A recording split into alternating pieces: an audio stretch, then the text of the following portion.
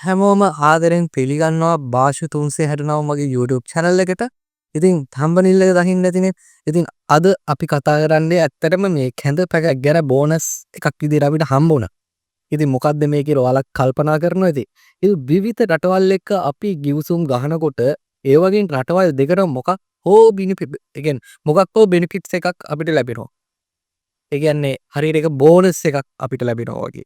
ඉතින් අද කතා කරන්න යන්නේ බෝනස් එකට චීනයෙන් අපට ලැබුණු කැඳ පැකට් ගැන. ඉතින් මේ වීඩියෝ එකේදී චීනයෙන් අපට ලබා දුන්න චීනියටත් වැඩක් නැති අපිටත් වැඩක් නැති එක ප්‍රොජෙක්ට් එකක් ගැන කතා කරනවා. ඉතින් මේවත් ලංකාවේ වෙලා තියෙනවද කියලා ඔයාලට හිතෙයි. ඔයාලා දන්නවා ඇත්තටම මේක වැඩක් නැත්ද? අපි බලමු වීඩියෝ එකට ගිහිල්ලා මොකද්ද මේ කැඳ පැකට් කතාව කියලා. හරි මොනවද මේ කැඳ පැකට්? ඉතින් කැඳ පැකට් කියන එකෙන් මම අදහස් කරේ කලින් කිව්වා වගේම විවිධ රටවල් අපේ රටත් එක්ක එකතු වෙලා මේ රටේ සමහර ප්‍රොජෙක්ට් ක්‍රියාත්මක කරනවා. ඉතින් රටවල් දෙකටම ඒකෙන් බෙනිෆිට්ස් යනවා. හැබැයි අපිට ඒවා කොච්චර දුරට අපේ බෙනිෆිට්ස් අප සතු කරගන්න පුළුවන් වුණාද කියන ප්‍රශ්නයක් තියෙනවා. මම මේ ඔබට කියන්න යන ප්‍රොජෙක්ට් එක. ඉතින් මොනවද මේ ප්‍රොජෙක්ට් කියලා අපි කතා කරගෙන යමු.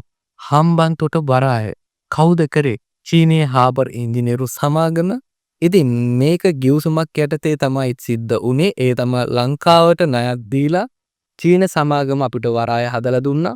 පස්සේ මොකද වුණේ? ඉතින් අමුතුවෙන් වෙන්න දෙයක් නැහැ. හැමෝම දන්නවා ශ්‍රී ලංකාවට එන අය ගෙවා ගන්න බැරුව වරායෙන් 70%ක් චීන සමාගමට අවුරුදු 99කට බදු දීලා තියෙනවා. ඉතින් අපිට හොඳද කියන කැටගරිය ගත්තාම මේක අමුතුවෙන් හොඳයිද කියලා කල්පනා කර ඉන්න දෙයක් නෑ. 99කට බදු දුන්නා කියන්නේ අර කැඳ පැකට් 100 නෙමෙයි මං කතා කරපු කැඳක් නැතුව තමයි අපිට එතනින් පැත්තකට වෙලා බලන් ඉන්න උනේ. ඉතින් වරාය පාලනයේ චීනෙට තියෙන්නේ කියලා කිව්වොත් මම වැරදි නෑ කියලා හිතනවා. මොකද වැඩිම වාසිය ගිහිල්ලා තියෙන්නේ මෙතනදී චීනෙට. හරි. ඊළඟ එක තමයි නොරොච්චෝරේ අඟුරු බලාගාරය මේක හදලා තියෙන්නේ චීනයෙන්. ඉතින් ඩොලර් බිලියන 1.35ක ණයක් අරන් තමයි හදලා තියෙන්නේ. ඉතින් බ්‍රේක් ඩවුන් ගණනාව සිද්ධ වෙනවා 2013 2019 ඒ වගේම 2016 2013 2016 2019 මේ කාලවලදී. ඉතින් මේක අපිට වාසිය අවාසියක් තියනවාද කියලා අපි කල්පනා කරොත් මේක ශ්‍රී ලංකාවේ විදුලි සැපයීමේ වැදගත් කොටසක් වෙනවා. වැදගත් උනාට වැඩක් නැහැ බ්‍රේක් ඩවුන් මේන්ටේන් කොස්ට් එක නිසා. ඔයාගේ මගේ ගෙදර විදුලි බිල යම් තාතුරට වැඩි වෙන එක විතරයි මේකෙන් උනේ.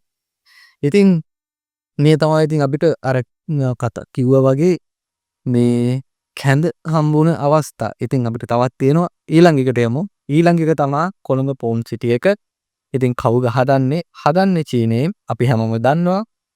මොකද ඒක කාලයක් තිස්සේ තාමත් හදන ඉඳා. ඉතින් කොහොමද මේ වැඩේ වෙන්නේ කියලා ගත්තාම ඉතින් මූද පුරවලා ඊඩම හැදුවා. ව්‍යාපාරික නගරයක් වගේ හදන්න බලාපොරොත්තුවක් තියෙනවා කියලා තමයි කියන්නේ. ඒ කියන්නේ ඩුබායි, සිංගප්පූරු වගේ. ඉතින් මේක තාමත් ඉදිකිරීමේදී තමයි තියෙන්නේ. අපිට හොඳද මේක අපිට මොනවද හම්බුන බෙනිෆිට්ස් කියලා බලද්දී ඉදිරියේදී වාසි තියෙන්න පුළුවන්. මොකද නව රජය සාර්ථක කරගෙන ඉදිරියට යන්න සැලසුම් කරලා තියෙනවා.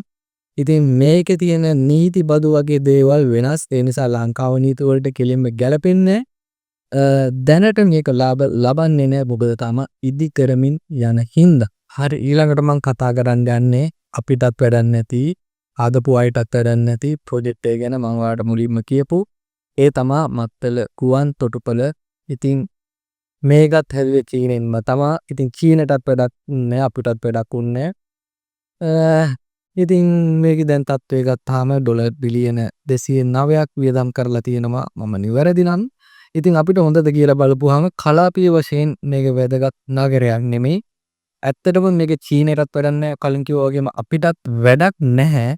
වැඩක් නැහැ කියලා අතෑරලා දාන එක නෙමෙයි වැදගත්. ගන්න පුළුවන් ප්‍රයෝජනයක් අරගෙන ඉදිරියට කරගෙන යන එක. මේ කතා කරපු හැම එකකින්ම අපිට මේ මොහොතේ ඉඳලා ඒවෙන් ගන්න පුළුවන් ප්‍රයෝජනේ මොකද්ද?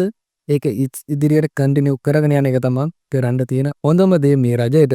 මේ මම ටිකක් කිව්වේ මට මේකෙදි කියාගන්න ඕනුනේ පළපුරුදුයි කියලා හිටපු නායකයෝ කරපු පළපුරුදු වැඩ. මේ ප්‍රෝග්‍රෑම් එකේදී ඔයාලට චීනය හරි අවුල් වගේ හැඟීමක් ආවනම් ඒක චීනයේ අවුලක්වත් නෙමෙයි. මොකද ඒක ඒ විදිහට පාලකයන්ගේ අවුලක්. මොකද රටවල් අතර ගනුදෙනු වෙන්නේ ආර්ථිකය පදනම් කරගෙන. ඉතින් ඔය කියන ඔස්තාර්ලා කියා ගන්න අය අපි කතා කරපු නොකරපු ප්‍රොජෙක්ට් හරි විදිහට කරා නම් අපේ රට උනීට වැඩිය සුරපුරයක් වෙන්න තිබ්බා. ඉතින් අපේ ජීවිත කාලකන්ණි වෙලා එයාලගේ ජීවිතය සුරපුරයක් වුණේ කොහොමද කියලා දැන් බලා ගන්න පුළුවන්. එක එක්කෙනා වැරදි පැහැදිලි කරලා ඇතුළට දානකොට. ඉතින් චීන ව්‍යාප්ති බොහොමයක් අපිට ප්‍රයෝජනවත් වෙන්න පුළුවන්. කරන්න තියෙන්නේ එක දෙයයි. ඒ තමයි ජාතික ආර්ථිකය තේරුම් අරගෙන නිවැරදි ගිවිසුම් යටතේ හොඳ ව්‍යාප්ති කළමනාකරණයක් පවත්වාගෙන යෑම. ඉතින් මේ වගේ තවත් සත්‍ය තොරතුරු පදනම් කරගත්ත දේශපාලන විශ්ලේෂණ වගේම සමාජයේ අමුතු පැතිකඩයන් හොයන්න කැමති කෙනෙක් නම් අනිවාර්යයෙන්ම subscribe කරන්න. ඉතින් bell icon එක click කරන්න. කමෙන්ට් එකක් දාගෙන මේ කතාවේ කොටස්කාරයෙක් අනිවාර්යයෙන්ම වෙන්න. අපි අලුත් වීඩියෝ එකකින් හම්බෙමු.